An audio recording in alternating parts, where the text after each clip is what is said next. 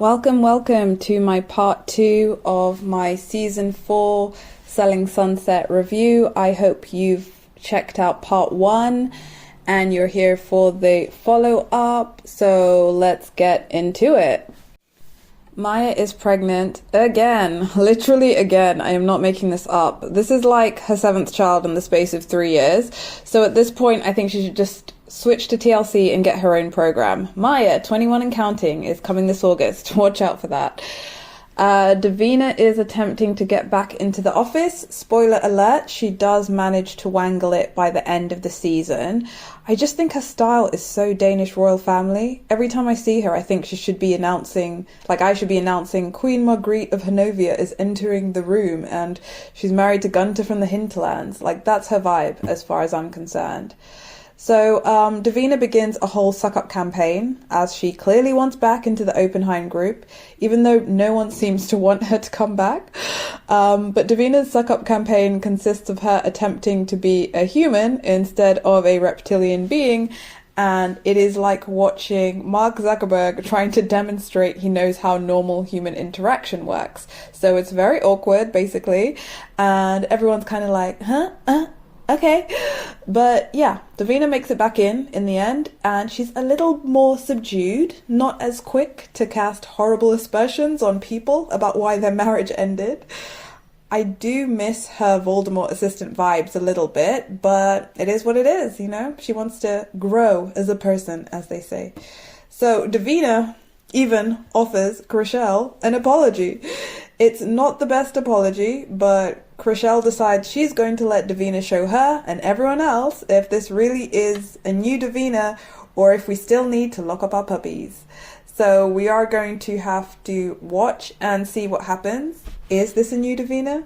Has Burning Man finally taken effect and caused some kind of new Zen-like disposition in Davina, or is she determined to carry on sucking on them dead batteries and giving us that classic fuck y'all Davina energy?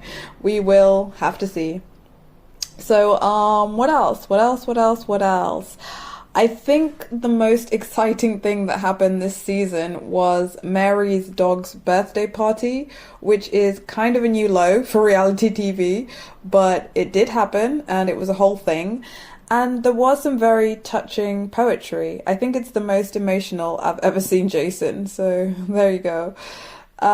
Christine, for some reason, like I said, she is doing a lot of dumb shit this season, and some of the dumb shit she does decide to do is she decides to crash the dog party that she wasn't invited to. She also decides to have an awkward conversation with Emma that doesn't need to happen at an intimate dog soiree. And Emma, I fly private because it's easier, is still not particularly impressed, even less so that she's been pulled aside at this party. And she feels Christine is just trying to cover for the fact that she's the one that got shitted on when the ex they're fighting over chose Emma instead. So Christine versus Emma is definitely going to be a thing. They're both determined to take the other one down. But the big question is, did Christine's fiancé propose to her? I mean, on one hand, maybe. She has told us she's been engaged a few times. He may have been one of the people. But then on the other hand, from her body language, everything she's kind of saying, I mean, she's trying to cover for herself, saying she told Davina, but then Davina's saying, I never heard about that. So it's probably likely that no, he did not propose to her. I do want to know, though, who is this I can only date you if you work for the Oppenheim group guy? I mean, he's dated, shagged, nearly married Christine, Emma, and Heather. So it feels as if there's only 7 people in LA that he can date. Hopefully in season 6 we may get to find out who this international man of mystery, James Bond / Luther person is, because he ruffled a lot of feathers in the hut, and it would be interesting to find out what's his deal. What oxy addiction is he nursing? You know what I mean? I think it would be so great if he walked in and needed a house, if he came into the office and was like, oh hey, I'm in the market. That would be really good. Amazing episode, I think. So Heather, she throws a boat party in more news that she really is an adult. Like she's continually trying to prove to us. So she throws the boat party, I assume it was vegan, and she tries to set Chriselle up at the boat party. And all I can tell Newport is never pull a lady off the dance floor, because it's not going to go well for you. Like at one point, this fratty guy decided that interrupting Chriselle's moment was going to be a score, and it just wasn't. But Chriselle herself is, she has her dream life, she's living her best life, and she's just doing it all to the max. Just in case you wanted to know, right? So a lot of times they do say on the show, oh, I'm in escrow, oh, I fell out of escrow. And when you're in escrow, it basically means that the money for the house is being held by a third party. So nothing to do with the buyer or seller. It means that the deal is ready to go through. As long as both sides agree, both sides are happy, then the deal is pretty much done. And the money is just there waiting to be transferred to the right person. So if you're in escrow, that's a really good thing. Obviously, if you fall out of escrow, then the deal is not going to go through. Somebody on either side, the buyer or the seller, has had cold feet or just decided they don't like something about the deal, so the money has gone back and nobody's about to own a new house. So you definitely always want to be in escrow or past escrow, and you've just sold your baby and everything is well. So yes, next time you hear them carping on about that escrow stuff, you'll know what they're going on about. Stay in escrow. The big thing for me is that Davina confesses that she did not know Christine was engaged. So she throws that old gal right under the bus. And it is all very bizarre. I mean, why is Christine lying? Like, nobody cares. It's not your fault. He clearly just wanted to be a douchey guy. So, I don't know why you're going to such great lengths to like protect this person when you should just be letting it all out and being like, oh, he was the worst. We totally get it if you were kind of like, oh, I was heartbroken and this guy, blah, blah, blah, blah, blah. I think she should feel lucky that she didn't become engaged to him, because he clearly wasn't worth it in the end. So yeah, I think I pretty much covered everything from season 4, but they did decide to give us 10 episodes this season, not the usual 8. So yes, episode 9 and 10, the unexpected episodes that they sprung on us. Well, last season we did have one of the world's worst psychics at Christine's birthday bash, but this season we do get a pretty good mindset coach.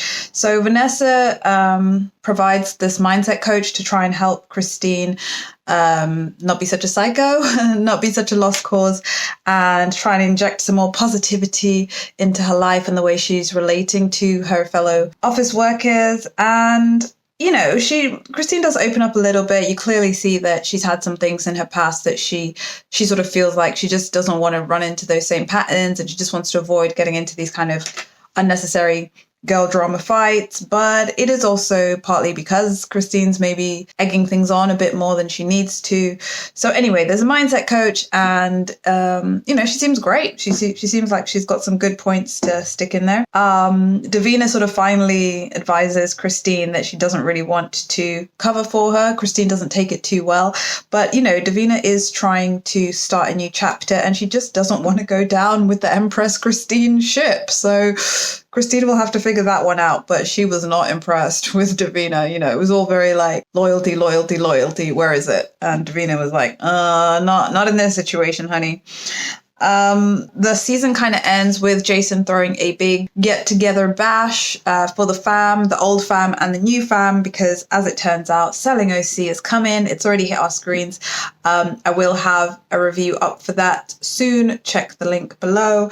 But yeah, Selling OC is coming. The new guard are coming in.